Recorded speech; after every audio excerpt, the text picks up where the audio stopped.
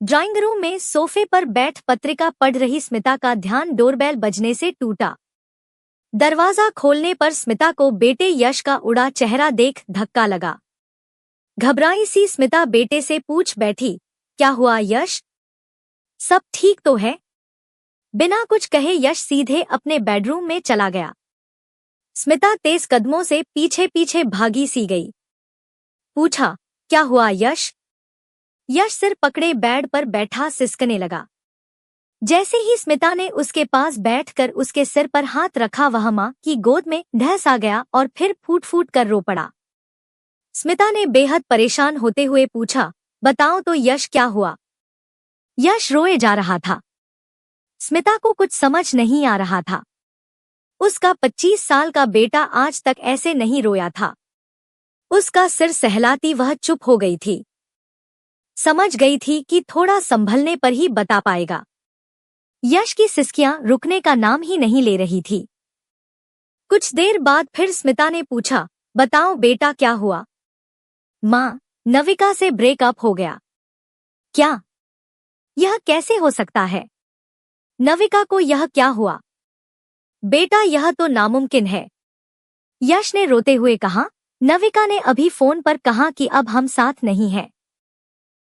वह यह रिश्ता खत्म करना चाहती है। स्मिता को गहरा धक्का लगा। यह कैसे हो सकता है? 4 साल से वह, यश के पापा विपुल, यश की छोटी बहन समृद्धि नविका को इस घर की बहू के रूप में ही देख रहे हैं। इतने समय से स्मिता यही सोचकर चिंतामुक्त रही कि जैसी केयर नविका यश की करती है, वैसी वह मां होकर भी नहीं कर पाती। इस लड़की को यह क्या हुआ? स्मिता के कानों में नविका का मधुर स्वर मां कहना गूंज उठा। बीते साल आंखों के आगे घूम गए। बेटे को कैसे चुप करवाए वह तो खुद ही रोने लगी। वह तो खुद ही इस लड़की से गहराई से जुड़ चुकी है।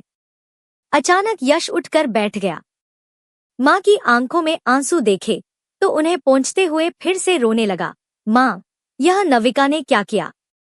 उसने ऐसे क्यों किया? यश, कल रात तो वह यहाँ हमारे साथ डिनर करके गई। फिर रातों रात ऐसी कौन सी बात हो गई? पता नहीं मां। उसने कहा कि अब वह इस रिश्ते को और आगे नहीं ले जा पाएगी। उसे महसूस हो रहा है कि वह इस रिश्ते में जीवन भर के लिए नहीं बन सकती। वह भी हम सबको बहुत मिस करेगी। उसके लिए भी मुश्किल होगा पर वह अपने आप को संभाल लेगी और कहा कि मैं भी खुद को संभाल लूं और आप सबको उसकी तरफ से सॉरी कह दूं। स्मिता हैरान व ठगी से बैठी रह गई थी। यह क्या हो रहा है? लड़कों की बेवफाई, दगाबाजी तो सुनी थी पर यह लड़की क्या खेल खेल गई मेरे बेटे के साथ, हम सबकी भावनाओं के साथ। दोनों मां बेटे ठगे से बैठे थे। स्मिता ने बहुत कहा पर यश ने कुछ नहीं खाया। चुपचाप बेड पर आंसू बहाते हुए लेटा रहा। स्मिता बेचैन सी पूरे घर में इधर से उधर चक्कर लगाती रही। शाम को विपुल और समृद्धि भी आ गए। आते ही दोनों ने घर में पसरी उदासी महसूस कर ली थी। सब बात जानने के बाद वे दोनों भी सिर पकड़कर बैठ गए। यह कोई आम सी लड़की और एक आम से लड़के के ब्रेकअप की खबर थोड़े ही थी। इतने लंबे समय में नविका सबके दिलों में बस सी गई थी। इस घर से दूर नविका तो खुद ही नहीं रह सकती थी। घर में हर किसी को खुश करती थकती नहीं थी। विपुल के बहुत जोर देने पर यश ने सबके साथ बैठकर मुश्किल से खाना खाया। डाइनिंग टेबल पर अजीब सा सन्नाटा था। समृद्धि को भी नविका के साथ बिताया एक एक पल याद आ रहा था। नविका से कितनी छोटी है वह पर कैसी दोस्त बन गई थी। कुछ भी दिक्कत हो नविका झट से दूर कर देती थी। विपुल को भी उसका पापा कहकर बात करना याद आ रहा था। सब सोच में डूबे हुए थे कि यह हुआ क्या। कल ही तो यहाँ साथ में बैठकर डिनर कर रही थी। आज ब्रेकअप हो गया। यह एक लड़के से ब्रेकअप नहीं था। नविका के साथ पूरा परिवार जुड़ चुका था। सबने बहुत बेचैनी भरी उदासी से खाना खत्म किया। कोई कुछ नहीं बोल रहा था। स्मिता से बेटे की आंसू भरी आंखें देखी नहीं जा रही थी। उसके लिए बेटे को इस हाल में देखना मुश्किल हो रहा था। रात को सोने से पहले स्मिता ने पूछा, यश, मैं नविका से बात करूं? नहीं माँ, रहने दो, अब वह बात ही नहीं करना चाहती। फोन ही नहीं उठा रही है। स्मिता हैरान, दुखी मन से बेड पर लेट तो गई, पर उसकी आंखों से नींद कोसों दूर विपुल के सोने के बाद बालकनी में रखी कुर्सी पर आकर बैठ गई। पिछले 4 सालों की एक एक बात आंखों के सामने आती चली गई। यश और नविका मुंबई में ही एक दोस्त की पार्टी में मिले थे। दोनों की दोस्ती हो गई थी। नविका यश से 3 साल बड़ी थी। यह जानकर भी यश को कोई फर्क नहीं पड़ा था। वह नविका से बहुत प्रभावित हुआ था। नविका सुंदर, आत्मनिर्भर, आधुनिक, होशियार थी। अपनी उम्र से बहुत कम ही दिखती थी। स्मिता के परिवार को भी उससे मिलकर अच्छा लगा था। चुटकियों में यश और समृद्धि के किसी भी प्रोजेक्ट में हेल्प करती। बेटे से बड़ी लड़की को भी उसकी खूबियों के कारण स्मिता ने सहर्ष स्वीकार कर लिया था। स्मिता और विपुल खुले विचारों के थे। नविका के परिवार में उसके मम्मी पापा और एक भाई था। एक दिन नविका ने स्मिता से कहा कि माँ, आप मुझे कितना प्यार करती हैं और मेरी मम्मी तो बस मेरे भाई के ही चारों तरफ घूमती रहती है। मैं कहाँ जा रही हूँ, क्या कर रही हूँ, मम्मी पापा को इससे कुछ लेना देना नहीं होता। भाई ही उन दोनों की दुनिया है। इसलिए मैं जल्दी आत्मनिर्भर बनना चाहती हूँ। सुनकर स्मिता ने नविका पर अपने स्नेह की बरसात कर दी थी। उस दिन से तो जैसे स्मिता ने मान लिया कि उसके 2 नहीं 3 बच्चे हैं। कुछ भी होता, नविका जरूर होती। कहीं जाना हो, नविका साथ होती। यह तय सा ही हो गया था कि यश के सेटल हो जाने के बाद दोनों का विवाह कर दिया जाएगा। एक दिन स्मिता ने कहा, नविका, मैं सोच रही हूँ कि तुम्हारे पेरेंट्स से मिल लूं। इस पर नविका बोली, रहने दो माँ, अभी नहीं। मेरे परिवार वाले बहुत रूढ़िवादी हैं, जल्दी नहीं मानेंगे। मुझे लगता कि अभी रुकना चाहिए। यश तो आंखें बंद कर नविका की हर बात में हाँ ऐसे मिलाता था कि कई बार स्मिता हंसकर कह उठती थी, विपुल, यह तो पक्का जोरू का गुलाम निकलेगा। विपुल भी हंसकर कहते थे, परंपरा निभाएगा। बाप की तरह बेटा भी जोरू का गुलाम बनेगा। कई बार स्मिता तो यह सोचकर सचमुच मन ही मन गंभीर हो उठती थी कि यश सचमुच नविका के खिलाफ एक शब्द नहीं सुन सकता। अपनी हर चीज के लिए उस पर निर्भर रहता है। कोई फॉर्म हो, कहीं आवेदन करना हो, उसके सब काम नविका ही करती और नविका यश को खुश रखने का हर जतन करती। उसे मुंबई में ही अच्छी जॉब मिल गई थी। जॉब के साथ साथ वह घर के हर सदस्य की हर चीज में हमेशा हेल्प करती। स्मिता मन ही मन हैरान होती कि यह लड़की क्या है, इतना कौन करता है। किसी को कोई भी जरूरत हो, नविका हाजिर, और उसका खुशमिजाज स्वभाव भी लाजवाब था, जिसके कारण स्मिता का उससे रोज मिलने पर भी मन नहीं भरता था। जितनी देर घर में रहती हंसती ही रहती। स्मिता नविका को याद कर रो पड़ी। रात के 2 बजे बालकनी में बैठकर वह नविका को याद कर रो रही थी। स्मिता का बार बार नविका को फोन कर पूछने का मन हो रहा था कि यह क्या किया तुमने। यश के मना करने के बावजूद स्मिता यह ठान चुकी थी कि वह यह जरूर पूछेगी नविका से कि उसने यह इमोशनल चीटिंग क्यों की। क्या इतने दिनों से वह टाइम पास कर रही थी? अचानक बिना कारण बताए कोई लड़की ब्रेकअप की घोषणा कर देती है, वह भी यश जैसे नर्म दिल स्वभाव वाले लड़के के साथ, जो नविका को खुश देखकर ही खुश रहता था। इतने में ही अपने कंधे पर हाथ का स्पर्श महसूस हुआ तो स्मिता चौंकी। यश था, उसकी गोद में सिर रखकर जमीन पर ही बैठ गया। दोनों चुप रहे। दोनों की आंखों से आंसू बहते रहे। फिर विपुल भी उठकर आ गए। दोनों को प्यार से उठाते हुए गंभीर स्वर में कहा, जो हो गया सो हो गया, अब यही सोचकर तुम लोग परेशान मत हो, आराम करो, कल बात करेंगे। अगले दिन भी घर में सन्नाटा पसरा रहा। यश चुपचाप सुबह कॉलेज चला गया। स्मिता ने उससे दिन में 2 से 3 बार बात की। पूछा, नविका से बात हुई? नहीं मम्मी, वह फोन नहीं उठा रही है। उदासी भरी हैरानी में स्मिता ने भी दिन बिताया।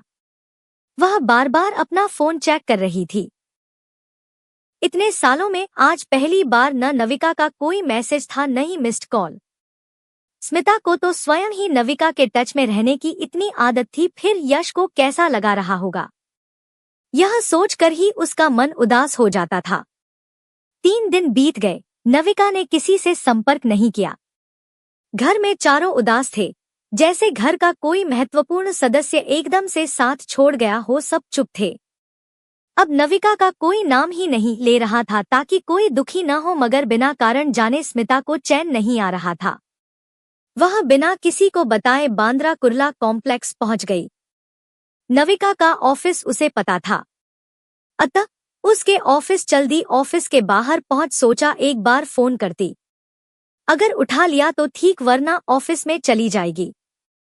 अतः नविका के ऑफिस की बिल्डिंग के बाहर खड़ी होकर स्मिता ने फोन किया।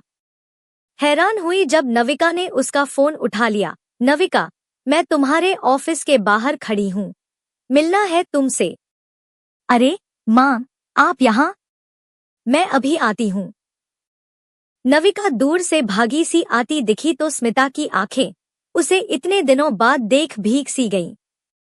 वह सचमुच नविका को प्यार करने लगी थी, उसे बहू के रूप में स्वीकार कर चुकी थी, उस पर अथाह स्नेह लुटाया था।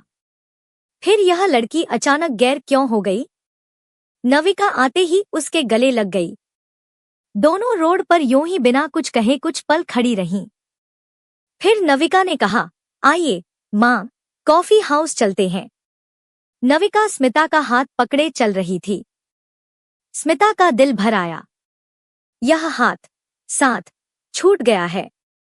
दोनों जब एक कॉर्नर की टेबल पर बैठ गईं, तो नविका ने गंभीर स्वर में पूछा, माँ, आप कैसी हैं? स्मिता ने बिना किसी भूमिका के कहा, तुमने ऐसा क्यों किया? मैं जानने आई हूँ। नविका ने गहरी सांस लेते हुए कहा, माँ, मैं थकने लगी थी। क्यों? किस बात से? हम लोगों के प्यार में कहाँ कमी देखी तुमने? इतने साल हमसे जुड़ी रही और अचानक बिना कारण बताए यह सब किया जाता है। यह पूरे परिवार के साथ इमोशनल चीटिंग नहीं है। स्मिता के स्वर में नाराजगी घुल आई। नहीं माँ, आप लोगों के प्यार में तो कोई कमी नहीं थी, पर मैं अपने ही झूठ से थकने लगी थी। मैंने आप लोगों से झूठ बोला था। मैं यश से 3 नहीं 7 साल बड़ी हूँ। स्मिता बुरी तरह चौंकी। क्या? हाँ, मैं तलाकशुदा भी हूँ। इसलिए मैंने आपको कभी अपनी फैमिली से मिलने नहीं दिया। मैं जानती थी आप लोग यह सुनकर मुझसे दूर हो जाएंगे। मैं इतनी लविंग फैमिली खोना नहीं चाहती थी, इसलिए झूठ बोलती थी। शादी कहाँ हुई थी? तलाक क्यों हुआ था? यही मुंबई में ही मैंने घर से भागकर शादी की थी। मेरे पेरेंट्स आज तक मुझसे नाराज हैं, और फिर मेरी उससे नहीं बनी तो तलाक हो गया। मैं मम्मी पापा के पास वापस आ गई। उन्होंने मुझे कभी माफ नहीं किया। मैंने आगे पढ़ाई की, आज मैं अच्छी जॉब पर हूँ। फिर यश मिल गया तो अच्छा लगा। मैंने अपना सब सच छिपा लिया। यश अच्छा लड़का है, मुझसे काफी छोटा है, पर उसके साथ रहने पर उसकी उम्र के हिसाब से मुझे कई दिक्कतें होती हैं। उसकी उम्र से मैच करने में अपने आप पर काफी मेहनत करनी पड़ती है। आजकल मानसिक रूप से थकने लगी हूँ। यश कभी अपनी दूसरी दोस्तों के साथ बात भी करता है तो मैं असुरक्षित महसूस करती हूँ। मैंने बहुत सोचा माँ, उम्र के अंतर के कारण मैं शायद यह असुरक्षा हमेशा महसूस करूंगी। मैंने भी दुनिया देखी है माँ। बहुत सोचने के बाद मुझे यही लगा कि अब मुझे आप लोगों की जिंदगी से दूर हो जाना चाहिए। मैं वैसे भी अपनी शर्तों पर अपने हिसाब से जीना चाहती हूँ। आत्मनिर्भर हूँ। आप लोगों से जुड़कर समाज का कोई ताना व्यंग्य भविष्य में मैं सुनना पसंद नहीं करूंगी। मैंने बहुत मेहनत की है, अभी और ऊंचाइयों पर जाऊंगी। आप लोग हमेशा याद आएंगे। लाइफ ऐसी ही है, चलती रहती है। आप ठीक समझें तो घर में सबको बता देना। सब आपके ऊपर है और हम कोई सेलिब्रिटी तो है नहीं, जिन्हें इस तरह का कदम उठाने पर समाज का कोई डर नहीं होता। हम तो आम लोग हैं। मुझे या आप लोगों को रोज रोज के ताने उलाहने पसंद नहीं आएंगे। यश में अभी बहुत बचपना है। यह भी हो सकता है कि समाज से पहले वही खुद बात बात में मेरा मजाक उड़ाने लगे। मुझे बहुत सारी बातें सोचकर आप सबसे दूर होना ही सही लग रहा है। कॉफी ठंडी हो चुकी थी। नविका पेमेंट कर उठ खड़ी हुई। कैब आ गई तो स्मिता के गले लगते हुए बोली, आई विल मिस यू माँ, और फिर चल दी। स्मिता अजीब सी मनोदशा में कैब में बैठ गई। दिल चाह रहा था दूर जाती हुई नविका को आवाज देकर बुला ले और कसकर गले से लगा ले, पर वह जा चुकी थी हमेशा के लिए। उसे कह भी नहीं पाई थी कि उसे भी उसकी बहुत याद आएगी। 4 सालों से अपने सारे सच छिपाकर सबके दिलों में जगह बना चुकी थी वह। सच ही कह रही थी वह कि सच छिपाते छिपाते थक सी गई होगी। अगर वह अपने भविष्य को लेकर पॉजिटिव है, आगे बढ़ना चाहती है, स्मिता को भले ही अपने परिवार के साथ यह इमोशनल चीटिंग लग रही हो, पर नविका को पूरा हक है अपनी सोच, अपने मन से जीने का।